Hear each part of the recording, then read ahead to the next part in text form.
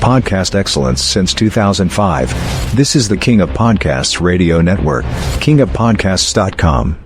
Big corporate radio is doing their podcast power plays, but wait, they could be getting punished by the FCC. The King of Podcasts Radio Network proudly presents the Broadcasters Podcast.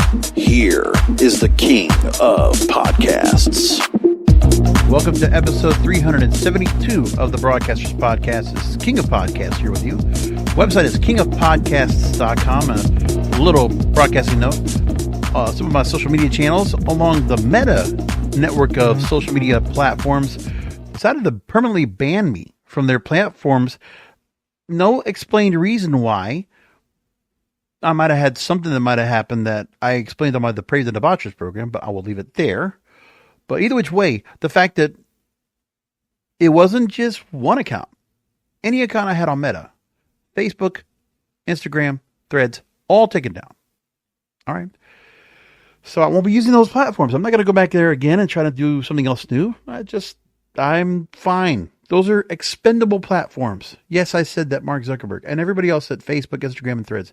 Expendable. It doesn't matter if I have them or not. It really doesn't. You know, I remember a time where I didn't have to worry about that anyway. I didn't have it. So it doesn't matter in the first place. So corporate radio is going through its own issues right now where they had their earnings calls. Things have not gone well, but there are some things they're doing in the meantime in the podcast room. Of course, they can't fix their house inside where corporate radio is still running micromanaged, very homogenized, outdated ad platforms or ad breaks, and an outdated system on keeping up with music and how people want to listen to their music now today. So they go into podcasting, hoping to go ahead and turn around a profit. It's like what other corporate media companies do on the television and movie side. Let's stream. And that's what they think they're going to do. So in the same thing here for radio, they're streaming. So their podcasting realms are all thriving. They're doing some things pretty significant, but it comes with their own issues. So we'll go positive and then negative for a couple of companies, namely iHeartMedia, Audacy, right? We'll go for those. And then we'll also do Corporation of Public Broadcasting as it pertains to NPR and PBS. But either which way, there's a lot going on.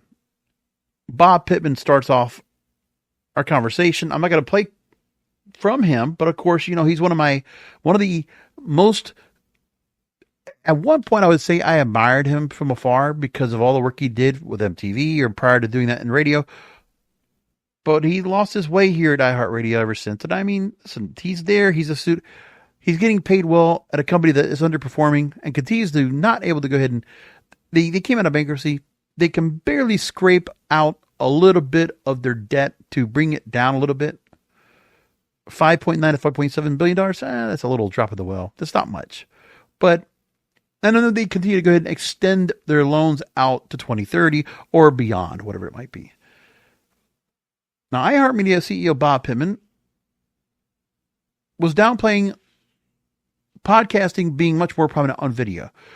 Now, for me, when it comes to podcasting, listen, we have new clients coming in that I get to work with on a regular basis. They all come in with an interest in video. But I will say it's been over and over. We know the formats that everybody likes to use for watching video. Now, there's one thing to be said about marketing these days, that if you are doing a video and you want to be an influencer, that you don't necessarily need to have a podcast to use the microphone, to have a podcast microphone. So if you have the Joe Rogan looking Shure SM7, or you want to have a Blue Snowball, or you want to have, I don't know, a Technica, whatever you want, you know, it's fine. Everybody has their own tastes, and there are some people that will go ahead and grab a microphone. They'll grab it in a very awkward, obnoxious way just to get their point across and be able to go and put some content out there just to get people interested. And then the way you go ahead and present themselves, whether it's the Howard Stern style or Joe Rogan or Breakfast Club or Man with Two Ferns, whatever. There's all these different formats, all these different stages that are set for all these shows with a couple of cameras set up, and everybody does their own thing. But with the video, aspect, I mean, I see everybody with some nice sets, and I see a lot of shows that can put some real work into what they're doing. That's fine. You want to go and decorate some little studio, whatever. Some people will do the traditional radio studio, and they'll have a setup, and then it'll look kind of good, and they'll have a lot of backdrop stuff that they put out there as well. But there's really not much what they're doing, because, I mean, for me, if I'm doing anything for my own content, I have my green screen. I'll use that. But there's not much else. I mean, I'm really not playing up the video part. And that's maybe part of me being a radio person.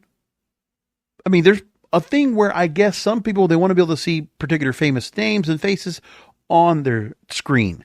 But we've seen a lot of studies that talk about where maybe 30% of people that are listening to podcasts on YouTube, they're listening. They're not watching. They're not necessarily paying attention to what's on this camera right then and there. So I had a client right now talk about the fact that, he's getting his first episode ready.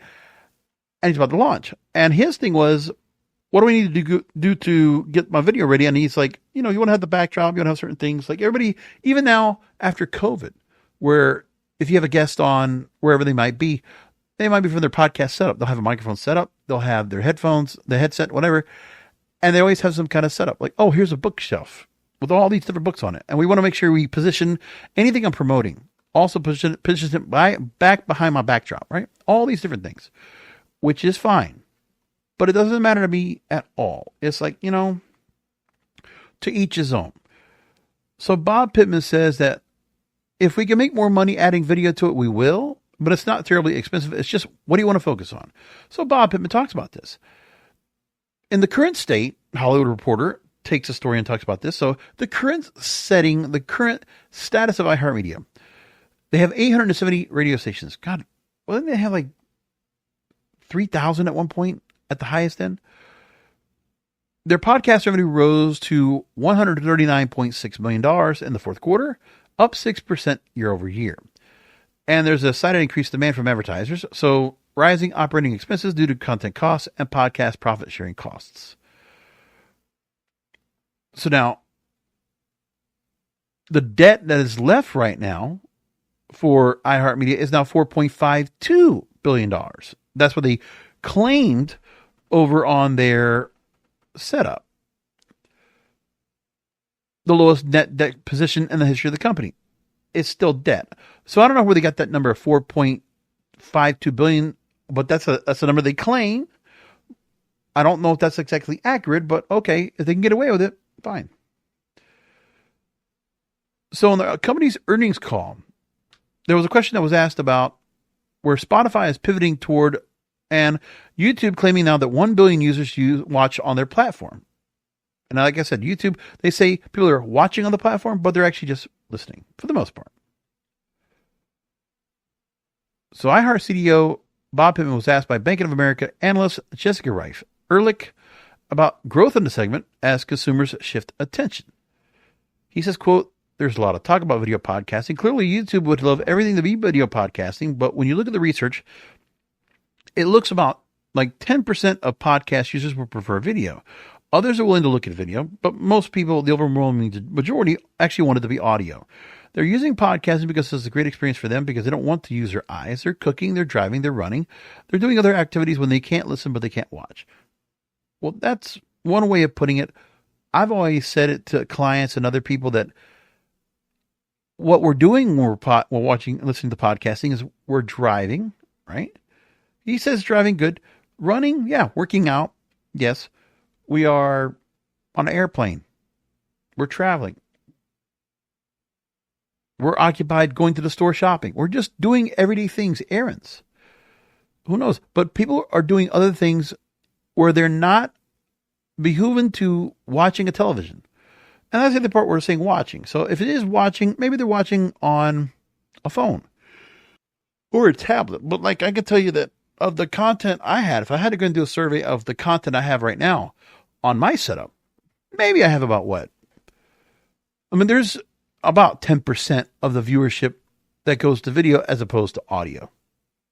And I don't think there's anything that's much special about setting it up for audio or for video anyway. It doesn't make a difference.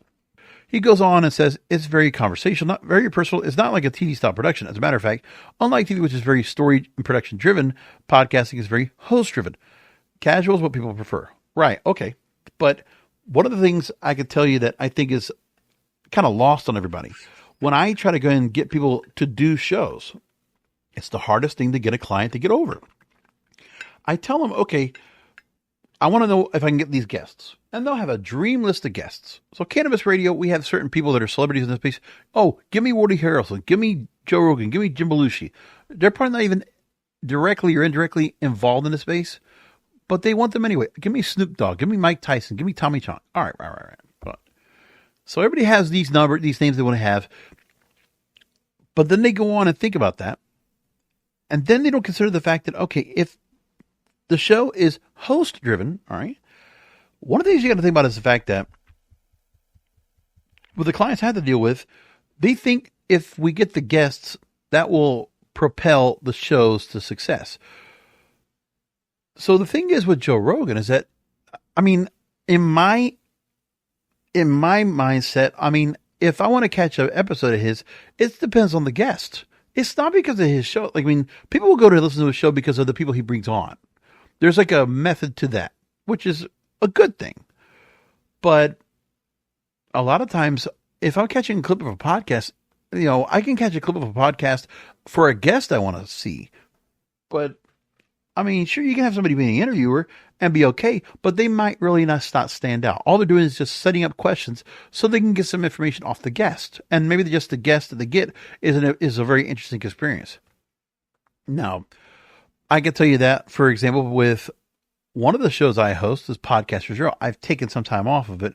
I haven't promoted to go and do any new episodes, but I'm going to probably do that pretty soon. Where when I do that, I am just individually allowing other podcasters to go and come on the show so we can do like a cross promotion. It's a way for me to go ahead and promote to them because they won't necessarily promote the appearance on my program. But if they're using the video, which I offer to them, because I'm not using the video, then I'll have those people that want to use the video for the podcast, however they want to use it, it'll have my backdrop and at least have my website. So at least I have that to promote. And that's good. At least I have that to go and show, and that's what I want to go and put out there for people. That works for me. It's important for me to go and put that out there, and that's my way of doing it subtly. But for guests, I don't worry about having guests. I mean, when I did interviews on this program, I wasn't under the impression that I needed to go and get the biggest and best guests out there.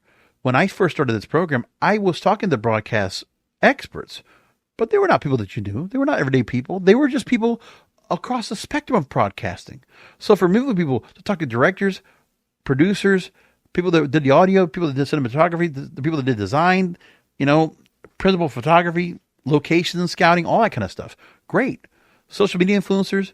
If I'm talking to someone that's, you know, an actor that might have gotten some parts into certain things, great. Like, those are the kind of things that I did. And if I got lucky with somebody I got to talk to, that's great.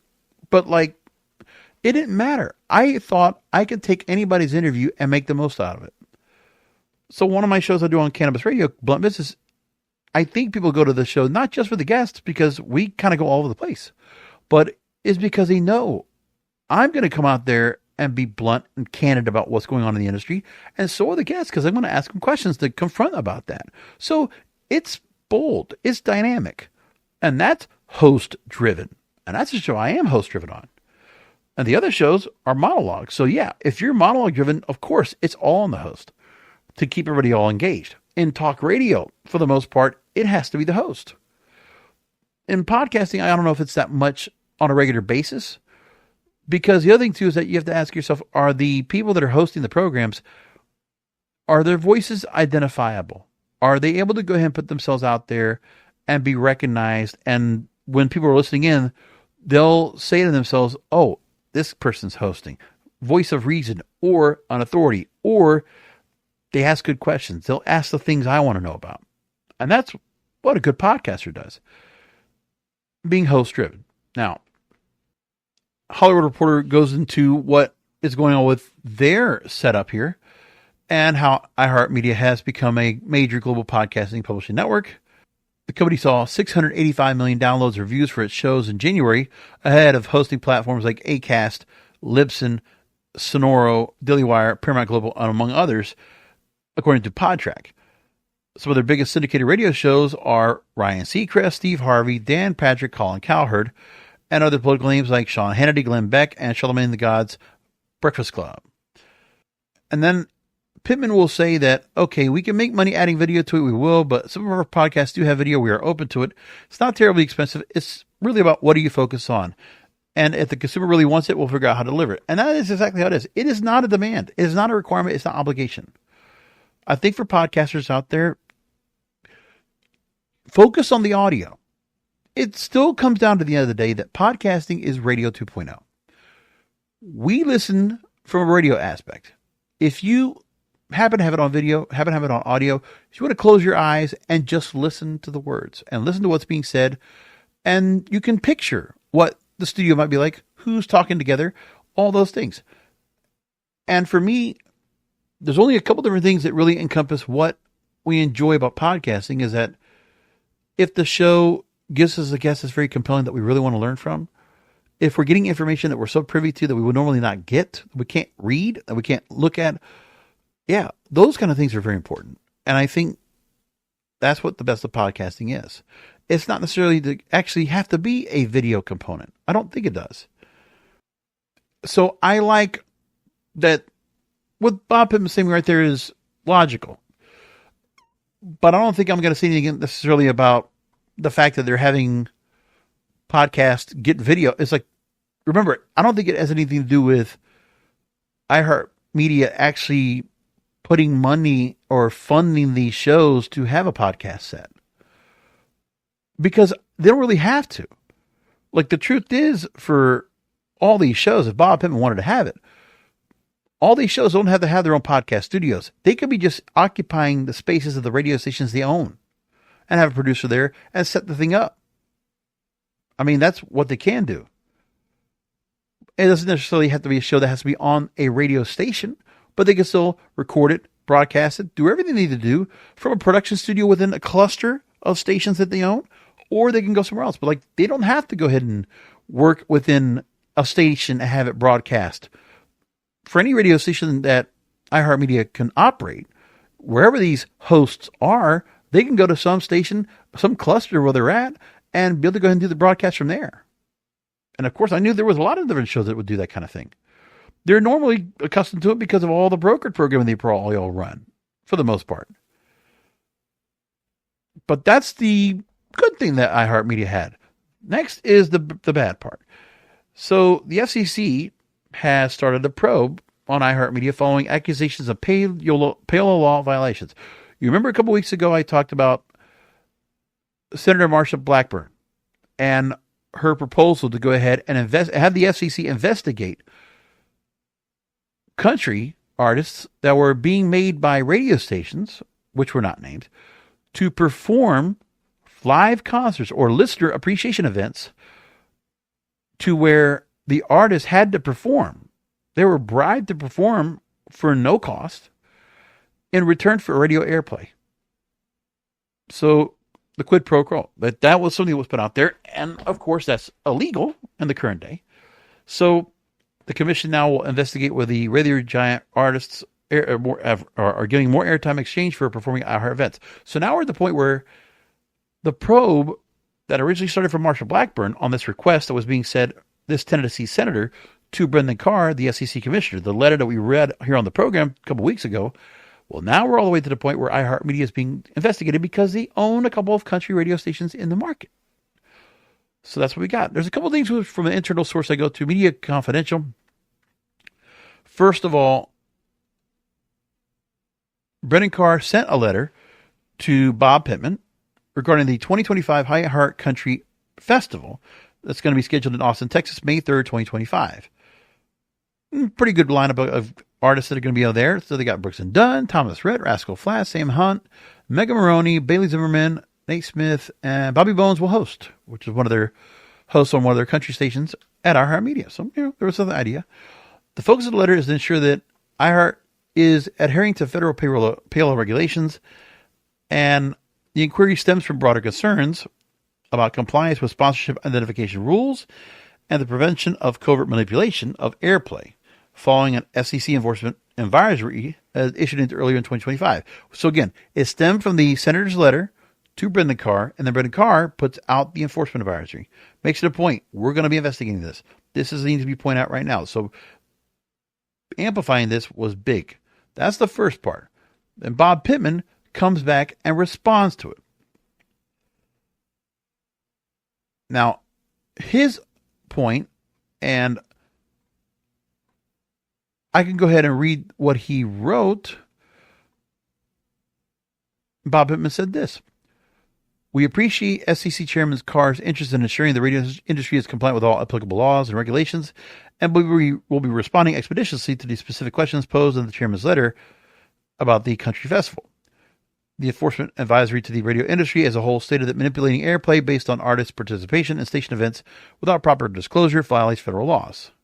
We look forward to demonstrating to the Commission how performing at the iHeartCountry Festival or decline to do so has no bearing on our station's airplay, and we do not make any overt or covert agreements about airplay with artists performing at our events." Now, what's the chance that some of these stations might go rogue and do something like this without the company's knowledge?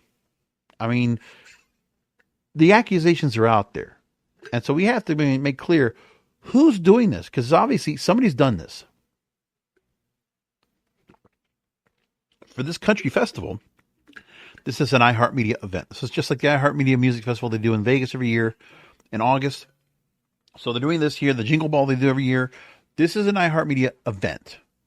So this is outside of the whole thing. I'm guessing the radio stations have no involvement in it, except for the fact that they have to go and promote the event themselves because they're attached, like a network. But that's, I think, all there is.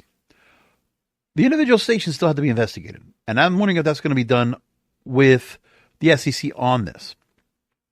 But as we said, Pittman said the iHeartCountry Festival has no influence.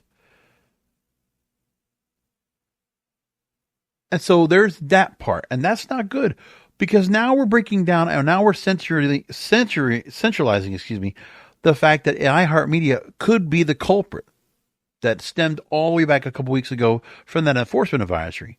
So we're going to pay attention to that. We'll see what happens when we get to the point where iHeartMedia has to go ahead and probably either speak to the FCC Commission or to Congress, whatever it is. But the FCC is going to go ahead and investigate this and crack down. This is not good for iHeartMedia. If they get something here and they're found a violation, and it's under the auspices because one of the radio stations, their program directors or whatever, wanted to make a quick buck to push for airplay, I think the program directors of those stations better get ready to go ahead and talk to Bob and Rich Bresser and the team and find out, hey, did something happen here that we don't know about? Because it's not the radio hosts. I mean, listen, they're completely powerless in this whole effect. But the program directors, or even like the regional program directors in those clusters, I wouldn't know. I wouldn't be surprised. I'm only speculating. I'm not saying it's actually happening, but I would be concerned about it, because now that we're at this point in this conversation, the payola thing has not gone away. We were here 3 weeks on it, and it's still something. Now on to Audacy. So there's a new sales deal that has happened now with Audacy and CBS in the podcasting realm. So CBS now has inked a multi-year sales and distribution partnership. That means Audacy Podcast will work with more than of its properties. And the arrangement will cover 39 podcasts from across CBS Entertainment, Media Ventures, News, and Studios. The expanded arrangement means Audacy Podcast will monetize podcasts, including 48 Hours, On Fire with Jeff Probst, The Late Show Pod Show with Stephen Colbert, Avatar, Braving the Elements, and Money Watch with Joel Schlesinger. And there's other CBS News titles or television titles like 60 Minutes, CBS Evening News, CBS Mornings, CBS Sunday Morning, News Sunday Morning, Entertainment Tonight, Face the Nation with Margaret Brennan, Inside Edition, and The Drew Barrymore Show. So they're all going to get set up in this here, and Audacy is going to get a chance to go and be part with the network here on that. So that's interesting. But then there's the bad part for Audacy, because the FCC also is scheduling to brief Republican lawmakers on an ongoing investigation involving billionaire George Soros during a closed-door meeting. So we're going to move on to this story, because this was what was announced on Wednesday, that he was going to brief lawmakers. He was going to go ahead and go to the Republican Study Committee. And this discussion about Billionaire George Soros and his influence over local radio stations tied to an investment firm, Soros Fund Management, that linked him purchasing at a significant stake in over 200 Audacy radio stations across the United States. The investigation stems from the fact that the Soros Fund Management, we've talked about this here on the program extensively. You know, we talked about it. They now have acquired, because of the Chapter 11 bankruptcy filing last year by Audacy, Audacy. So if you're looking at the transcription of the show, you'll see I'm kind of spelling it out because it's going to probably be spelled wrong, and I'm not going to go back and clean it up. Soros Fund Management has acquired now 40% of debt of the company under the change they requested to Jessica Rosenworcel, the former chairman, to increase foreign ownership limits. And that's what Audacy was, I guess it was being granted. I don't know if this was finalized or not, but the acquisition happened during the Biden administration. It was expedited by the FCC, and there was criticism from various senators on the Republican side, questioning whether the FCC bypassed the standard review processes, particularly given rules about foreign ownership limits in the U.S., capping for states normally at 25% unless a thorough national security review is conducted. Yes, and remember that Jessica Rosenworcel was happy to go and say that the bankruptcy reorganization that was made here was normal in the realm of certain companies coming in having to go and take care of their debt. So there's that. Now, Brendan Carr did speak with lawmakers, and he centered on what he and the GOP lawmakers are saying an unprecedented move by Soros' investment fund. In the briefing, Brendan Carr outlined how the FCC approved the necessary licenses for the acquisition and shared his perspective on its broader impact. And the deal is now a flashpoint, and that Carr's appearance before this committee reflects his intent to address issues transparently. So could they actually reverse this decision? Listen, if the Chapter 11 bankruptcy filing is revisited, I don't know if this has actually been done, if there's a precedent for this, but if something happens here, listen, I'm not worried about the fact of the full political ramifications if George Soros owns anything or not. What I'm saying is that the Chapter 11 bankruptcy, listen, Audacy's already has an issue with their stock being delisted last year as well. They're a pink stock, OTC markets. And that this setup here, where the shareholders went along with it, the split stock, the extension of their debts to 2030, and the fact that Soros Fund Management was willing to go ahead and act like a private equity backer and take on the debt. Well, if that debt has to go back to Audacy, $1 billion or so, will they be able to go ahead and keep their bankruptcy? Will they be able to go and reorganize? Will there be more stations or more things that will have to be undone for Audacy to continue operating? And remember, they already did the deal with making changes to the team. Like, again, the CEO, David Field, he stepped down, and other top officials also stepped down in the company. They continued to downsize. They had layoffs. They did what they said what they were going to do to reorganize. And now, if we're at this point, and Soros Fund Management is denied the opportunity to go ahead and be a debt holder to Audacy, Audacy takes back the debt. Their stock ticker will basically go down to a penny. And Audacy, will that be a company that will have to go ahead and implode? Which will be good for some people out there. If local radio owners want to go ahead and get their hands on a radio station, there's a lot of great market stations here. A lot of 50,000, 100,000 watt stations under this banner. And various great markets that could really change things up. Pay attention to this. This is another thing that comes up. And like I'll tell you, I'm a little bit concerned for them. Okay. The Corporation for Public Broadcasting, there's a funding challenge for them right now. The chief financial officer now is confirming the organization. By the way, the DEI, a top DEI executive has left the company. And that the chief financial officer has confirmed the organization currently does not have access to funds tied to a grant for the next generation warning system. And there's a specific funding challenge that can impact public broadcasters' ability to maintain or upgrade critical infrastructure tied to emergency alert systems. So this particular organization is designed to enhance how public media stations deliver emergency information during crises. Now, they give the fact that grants for this particular next generation warning system, they're funneled through the Corporation of Public Broadcasting, originating from agencies like the Department of Homeland Security, and a station would receive it, in one case, $100,000 for the purpose of this. Well, now these stations could lose this funding. And if it's being used for that, I don't know. But there's a part where people are really concerned about that. But this is also one of the first things that are coming up among the fact that the broader context is right now that the near $600 million that's going to be asked for appropriation for public broadcasting from the CPB to the NPR and PBS stations, that money is at risk of being taken away and being removed and closed down. With the Corporation of Public Broadcasting will be extinct because of Doge. Could very well happen. Then there is the issue that the FCC Chairman Brendan Carr also arguing that NPR and PBS stations are leaning too commercial with sponsorships or being too liberal in their content, questioning the need for taxpayer support.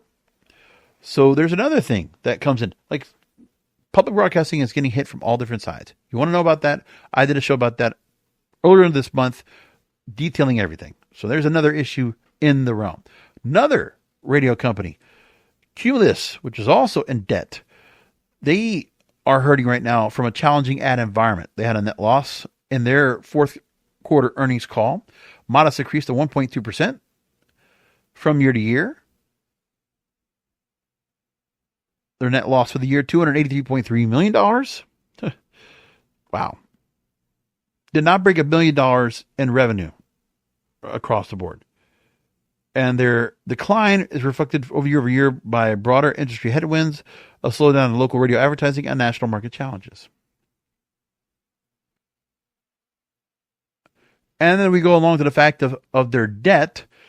The company also manages balance sheet, ending the year with a total debt of $671.6 million, with $642.1 million due at maturity, and net debt less unamortized discount at $578.3 million. They're operating along with $63.8 million in cash, an undrawn $125 million ABL facility. So yeah, they're hemorrhaging more in debt, and it's not getting any better for them.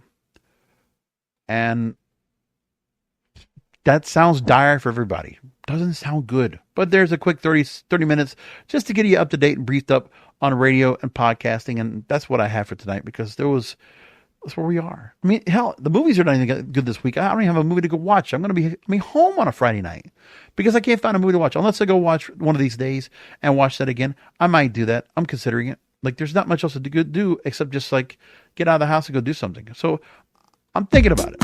And maybe I will go do that, because I want to just see what the crowd will do if I watch again, and maybe the audience will be even funnier about that. But, something to do. I'll figure it out. KingofPodcasts.com. That's where all my content is. Also, it's on YouTube. By the way, I'm almost near 500 subscribers. If you haven't been there yet, please subscribe, like, comment, and share at King of Podcasts.